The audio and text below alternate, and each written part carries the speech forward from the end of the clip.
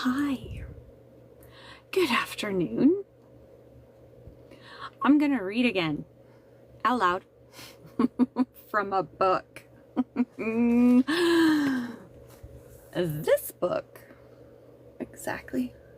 How come every time I hit go, I get something in my eyeball? Winking at you. No, I got something in my eyeball.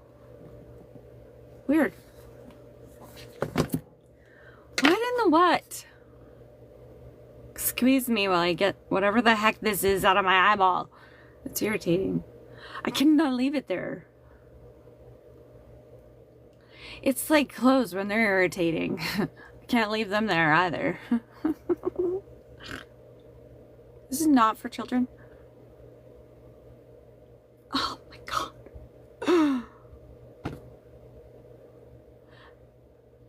I think it's okay. Might be my own hair. Don't know why. It's windblown. We went for a walk earlier. But I'm gonna read this. Grimm's Fairy Tales. Only one of them. I'm not gonna read the whole dang book. Please. Not yet. It'll be one at a time. That made my peepers huge. Big eyeballs. Hi. I'm gonna read this. Grimm's Fairy Tales. But I'm not starting at the very beginning because why? I don't want to.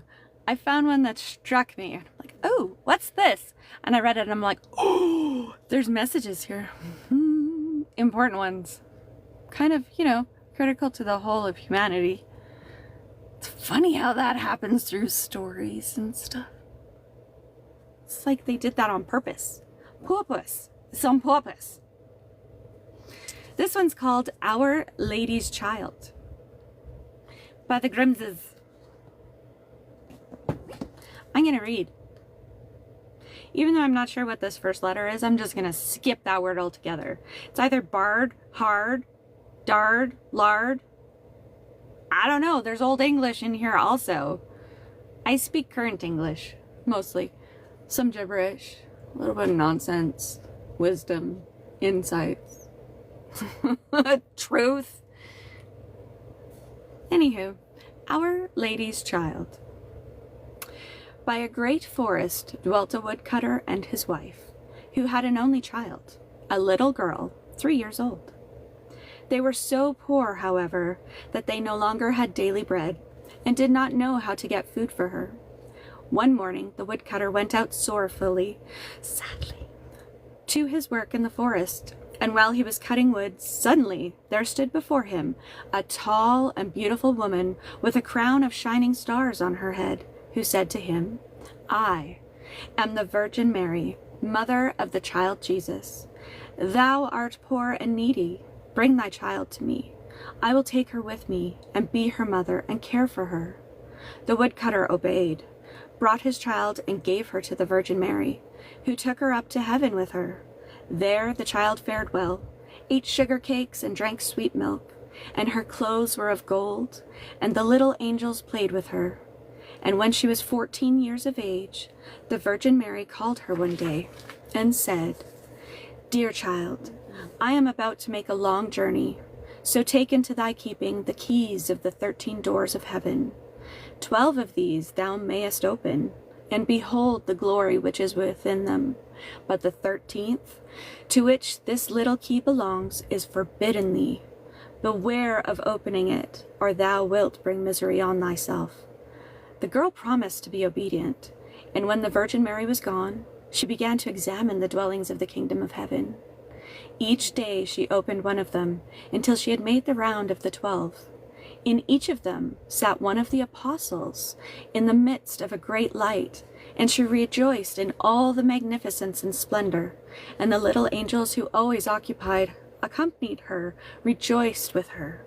Then the forbidden door alone remained, and she felt a great desire to know what could be hidden behind it, and said to the angels, I will not quite open it, and I will not go inside it, but I will unlock it, so that we can just see a little through the opening. Oh no, said the little angels, that would be a sin. The Virgin Mary has forbidden it, and it might easily cause thy unhappiness. Then she went silent, but the desire in her heart was not stilled, but gnawed there and tormented her, and let her have no rest. And once, when the angels had all gone out, she thought, "Now I am quite alone. I could peep in. If I do it, no one will ever know." She sought out the key, and when she had got it in her hand, she put it in the lock. And when she had put it in, she turned it round as well. Then the door sprang open, and she saw there the Trinity, sitting in fire and splendor. She stayed there a while, and looked at everything in amazement. Then she touched the light a little with her finger, and her finger became quite golden. Immediately a great fear fell on her. She shut the door violently and ran away. Her terror, too, would not quit her. Let her do what she might, and her heart beat continually and would not be still. The gold, too, stayed on her finger and would not go away. Let her rub it and wash it, never so much. It was not long before the Virgin Mary came back from her journey. She called the girl before her and asked to have the keys of heaven back. When the maiden gave her the bunch, the Virgin looked into her eyes and said, "Hast thou opened the 13th door also?" "No," she replied. Then she laid her hand on the girl's heart and felt how it beat, and saw right well that she had disobeyed her order and had opened the door. Then she said once again, "Art thou certain that thou hast not done it?" "Yes," said the girl for the second time. Then she perceived the finger, which had become golden from touching the fire of heaven, and saw well that the child had sinned, and said for the third time, "Hast thou not done it?" "No," said the girl for the third time. Then the Virgin Mary, "Thou hast not obeyed me, and besides that thou hast lied. Thou art no longer worthy to be in heaven." Then the girl fell into a deep sleep, and when she awoke, she lay on the earth below, and in the midst of a wilderness. She wanted to cry out, but she could bring forth no sound. She sprang up and wanted to run away, but whithersoever she turned herself, she was continually held back by thick hedges of thorns, through which she could not break. In the desert in which she was imprisoned, there stood an old hollow tree, and this had to be her dwelling place. Into this she crept when night came, and here she slept. Here, too, she found a shelter from storm and rain, but it was a miserable life, and bitterly did she weep when she remembered how happy she had been in heaven, and how the angels had played with her. Roots and wild berries were her only food, and for these she sought as far as she could go. In the autumn she picked up the fallen nuts and leaves and carried them into the hole. The nuts were her food in winter, and when the snow and ice came, she crept amongst the leaves like a poor little animal, that she might not freeze. Before long her clothes were all torn, and one bit of them after another fell off her. As soon, however, as the sun shone warm again, she went out and sat in front of the tree, and her long hair covered her on all sides like a mantle. Thus she sat year after year, and felt the pain and misery of the world.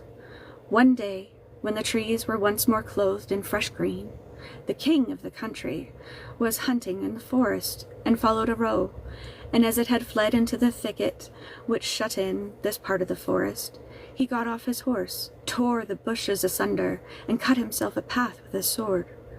When he had at last forced his way through, he saw a wonderfully beautiful maiden sitting under the tree, and she sat there and was entirely covered with her golden hair down to her very feet. He stood still, looked at her full of surprise. Then he spoke to her and said, "Who art thou? Why art thou sitting here in the wilderness?" But she gave no answer, for she could not open her mouth. The king continued, "Wilt thou go with me to my castle?" Then she just nodded her head a little. The king took her in his arms and carried her to his horse, and rode home with her. And when he reached the royal castle, he caused her to be dressed in beautiful garments, and gave her all things in abundance. Although she could not speak, she was still so beautiful and charming that he began to love her with all his heart, and it was not long before he married her. After a year or so had passed, the queen brought a son into the world. Thereupon the Virgin Mary appeared to her in the night, when she lay in her bed alone, and said, If thou wilt tell the truth, and confess that thou didst unlock that forbidden door, I will open thy mouth and give thee back thy speech. But if thou perseverest in thy sin, and deniest obstinately, I will take thy newborn child away with me. Then the queen was permitted to answer, but she remained hard and said, No, I did not open the forbidden door. And the Virgin Mary took the newborn child from her arms and vanished with it. Next morning, when the child was not to be found, it was whispered among the people that the queen was a man-eater and had killed her own child. She heard all this and could say nothing to the contrary, but the king would not believe it, for he loved her so much. When a year had gone by, the queen again bore a son, and in the night the Virgin Mary again came to her and said, If thou wilt confess that thou opened that forbidden door, I will give thee thy child back and untie thy tongue. But if you continuest in sin and deniest it, I will take away with me this new child also. Then the queen again said, No, I did not open the forbidden door. And the Virgin took the child out of her arms and away with her to heaven. Next morning, when this child also had disappeared, the people declared quite loudly that the queen had devoured it, and the king's counselors demanded that she be brought to justice. The king, however, loved her so dearly that he would not believe it, and commanded the counselors under pain of death not to say any more about it. The following year, the queen gave birth to a beautiful little daughter, and for the third time, the Virgin Mary appeared to her in the night and said, Follow me. She took the queen by the hand and led her to heaven, and showed her there her two eldest children who smiled at her, and were playing with the ball of the world. When the queen rejoiced thereat, the Virgin said, Is thy heart not yet softened? If thou wilt own thou opens the forbidden door, I will give thee back thy two little sons. But for the third time the queen answered, No, I did not open the forbidden door. Then the Virgin let her sink down to earth once more, and took from her likewise her third child. Next morning, when the loss was reported abroad, all the people cried loudly, The queen is a man-eater, she must be judged. And the king was no longer able to restrain his counselors. Thereupon a trial was held, and as she could not answer and defend herself, she was condemned to be burnt alive. The wood was got together, and when she was fast bound to the stake, and the fire began to burn around her, the hard ice of pride melted. Her heart was moved by repentance, and she thought, If I could but confess before my death that I opened the door. But her voice came back to her, and she cried out loudly, Yes, Mary, I did it. And straightway rain fell from the sky and extinguished the flames of fire, and a light broke forth above her, and the Virgin Mary descended with the two little sons by her side, and the newborn daughter in her arms. She spoke kindly to her and said, He who repents his sin and acknowledges it is forgiven. Then she gave her the three children, and untied her tongue, and granted her happiness for her whole life. Forgiveness of self. That's the answer. If you can't forgive yourself, nobody else can either. Because you can't see past the ick. I like that one. I thought I'd share. Anyways, see ya.